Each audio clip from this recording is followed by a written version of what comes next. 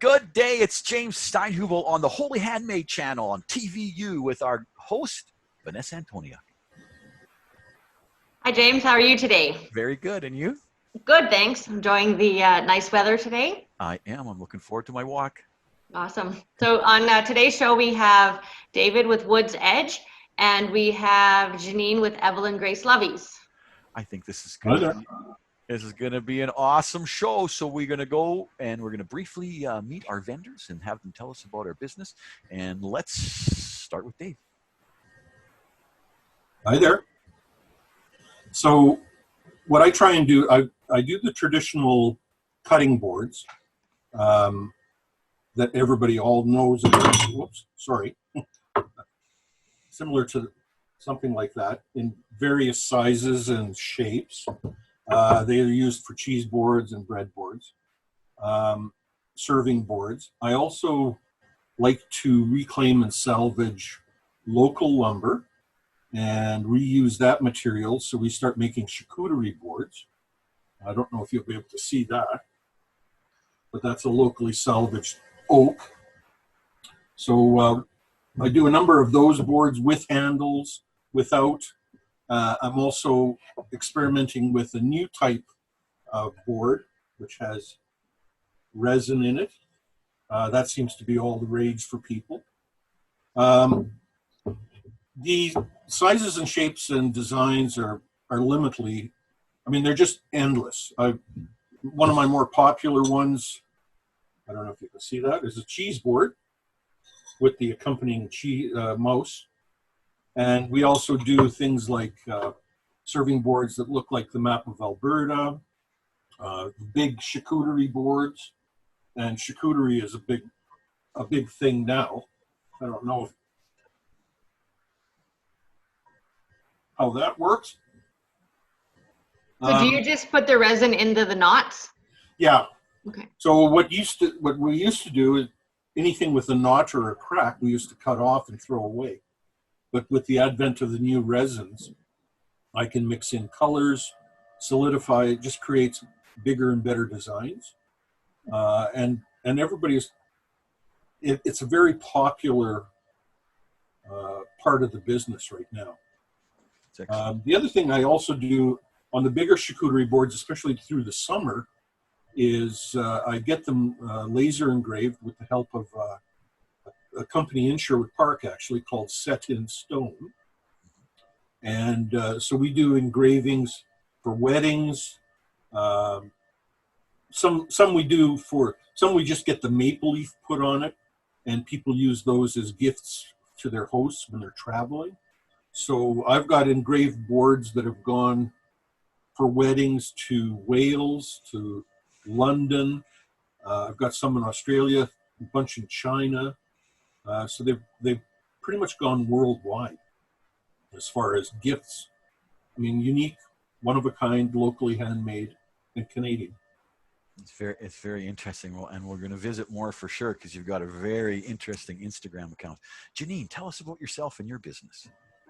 Well, I'm a full-time special ed teacher, and I have a 3-year-old daughter, and that's kind of how I got started with Evelyn Grace Lovies. My daughter's really unique. At a year old, she started pulling out all her hair. And so through the process of doctors and things like that, we learned that she has what's affectionately called baby trick. So it's trichotillomania. It's a disorder that people pull out their hair. Usually it hits around puberty. They start pulling out their hair when they're really stressed out or they're anxious. And so she's really rare because it doesn't typically start in infancy, but it can. And so I was searching for strategies and supports to try and help her. And I found this beautiful fabric. It's like butter soft. It's very tactile. And so I thought, well, I have a sewing machine and I'll give it a go to make her something that maybe she'll like the tactile feel of. And so I made my first lovey that way. I designed it myself, the face, everything, because I wanted to make it aesthetically pleasing and something that she might like. You know, year-olds are hard to please. And that's kind of how it all got started. I made her first one, and we really encouraged her when she would reach to pull to play with her lovey instead. And now she's 3.5. We haven't had any hair pulling in 2 years. And her Bun is what she named it, and that's what she goes to when she sleeps, or when she's like, we've traveled all over the world with her, and we bring her lovey on the planes, on our vacations, and even in very stressful situations, she's just sits there and plays with the fabric and just calms down. So that's how I got started. And as I, started producing them and designing them, I kind of got into making other little animals. So I have our fawn, I have raccoons, I have foxes, I have all kinds of animals. And it doesn't seem to matter. Adults like them because they're tactile and they're so soft.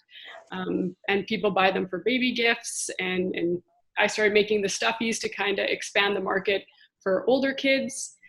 So I've had, early childhood educators buy them. I've had just people wanting gifts. So that's kind of how I got my start doing it.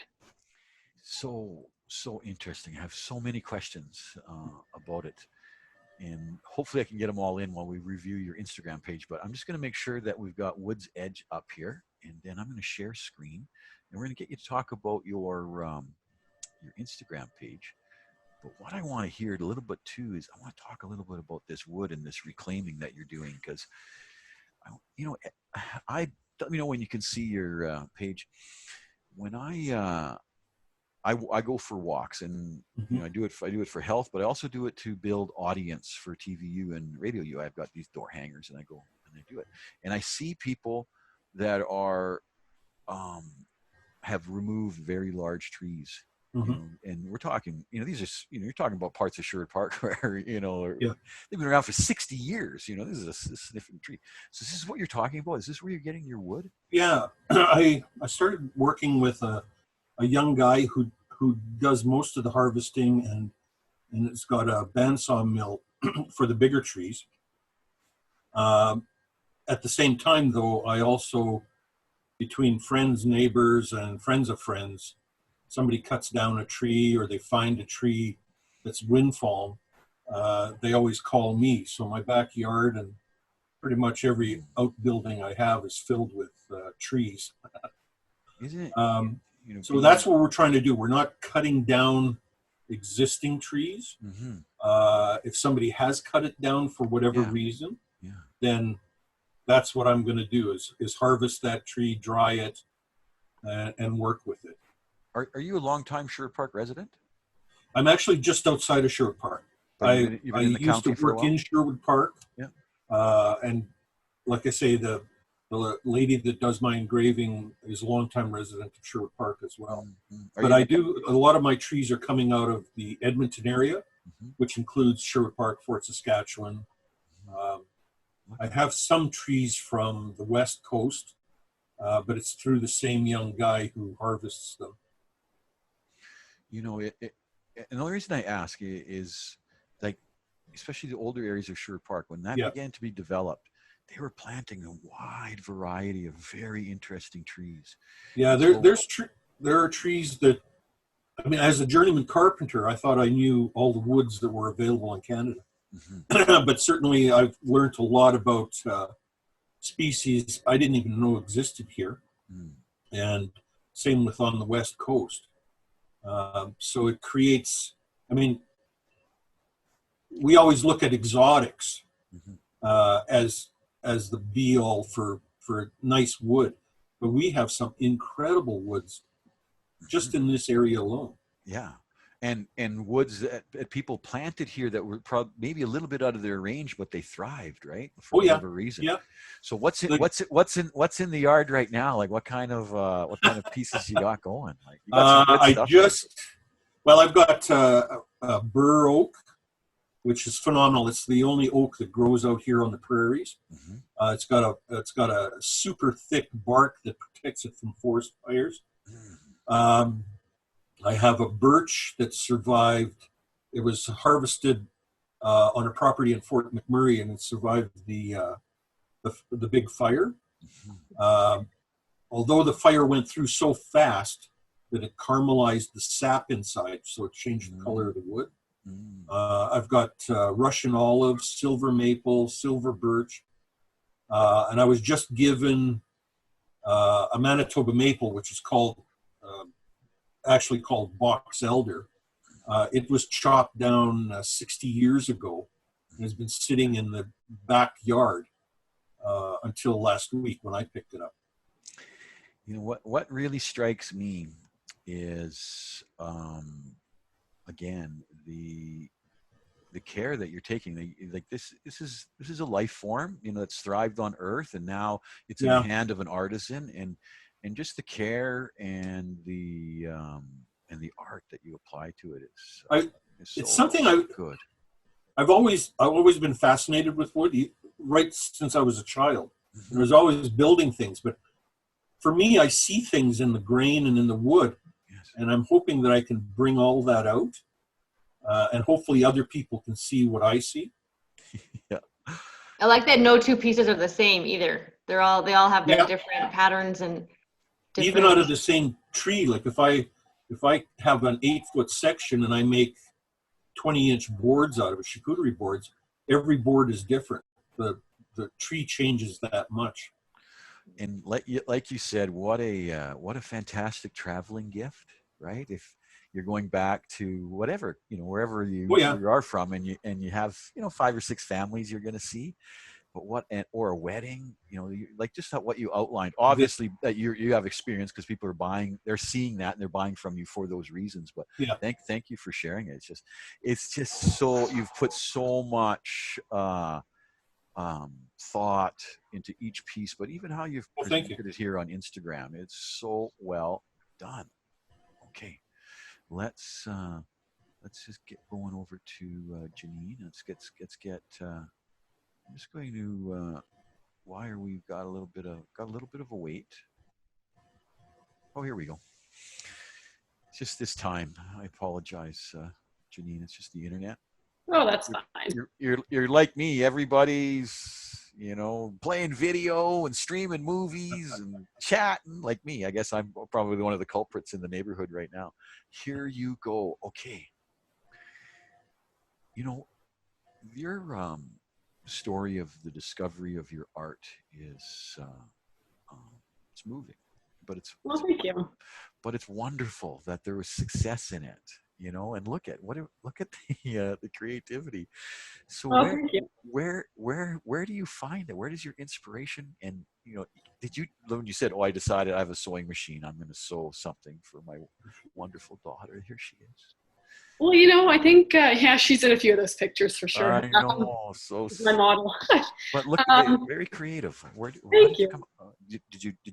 Did your mom teach you to sew? Did you? Oh no, actually, I give all the credit to my grade 7 home ec teacher. But I remember specifically, she used to say to us, you know, you really need to and I played hockey. I was very much a tomboy growing up, so I didn't think I needed this skill.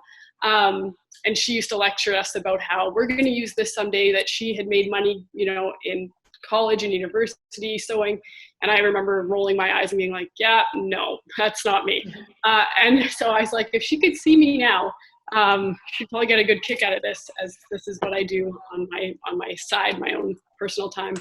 But you know what? I think because I work with so many kids with such varying needs, and they're so amazing and they're so different, I had a lot of that in my toolbox of knowing how to work with kiddos with anxiety that needed, because my daughter is also sensory. So I recognize the tactile function of her disorder. And I just kept thinking, you know, I joined some Facebook boards for people with kids with Trick. And I kept hearing like, try Barbies, try these toys, because the hair mimics like, you know, the hair of a child. But my daughter just wasn't interested in that. And so, you know, honestly, it was just trial and error of finding something that was tactile, that I thought would be soft. Non-abrasive was really important to me because, you know, she likes to rub it on her face. And so I didn't want it to scratch up her face or anything. And then like I said, I just happened to come across the fabric online, and I thought, well, can't hurt to try, you know, something else. But I'm creative by nature, and I like, you know, art and I like cute things and whatever. So I thought, what is going to appeal to a year-old child? And that's, I mean, if I look at the face of her bun now, the early designs were really not what they are now. Oh, but I understand. But she didn't care, so. I like the fact that you're showing your Holy Handmade you're back to 2018. This is so good. I wanted to. I apologize to the viewers because I want to get back to the top because your current work is so. I've gone too quickly. The sloths and the llamas are my favorite. Thank you. So yes. Interesting. I like to. I always tried to keep the essence of the animal in what I created. So like even with the fawn, I tried to find like a fabric that would mimic like a fawn and kind of keep the look of it. And I also like with their eyes and stuff, they're all sleeping. Yeah.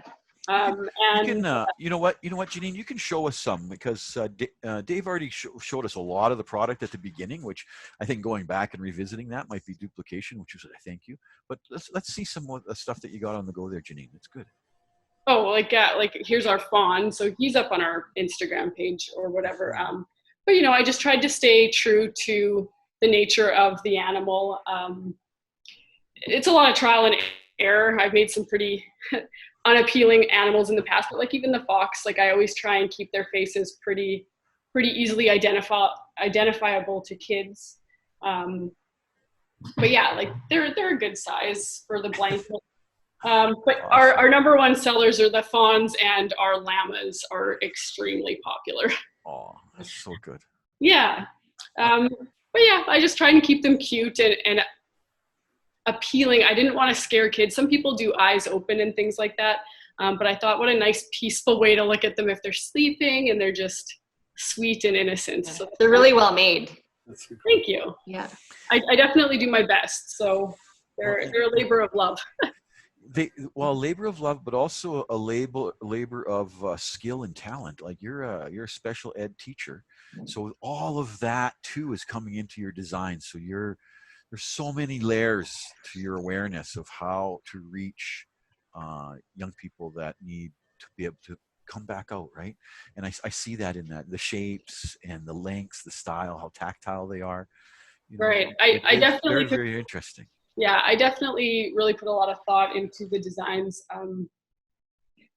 Honestly, my daughter's my inspiration. So if I have to keep these guys under lock and key now, because if she knows where they are, then she's into them and trying to get at them. And I'm like, no, sorry, you can't have these ones. Mom has to make you special ones. But that's good. That's so good. And yourself, Dave. I was just struck by it's responsible and it's ingenious and it's artful, but there's a real care that you give to the medium that you have, the trees, and I think that's important. I was moved by it, and I see I can see why people are racking it up and making it go into back order for you. So I'm really hoping that you keep the momentum going, that the show's good for you. We're going to see you again like as the shows go. So who's coming up? Who's coming up tomorrow? Do we have any? Do you know who the lineup is yet? Yeah. So tomorrow, the Stubborn Dandelion, Coffee Babes, and Bath Candy will be joining us.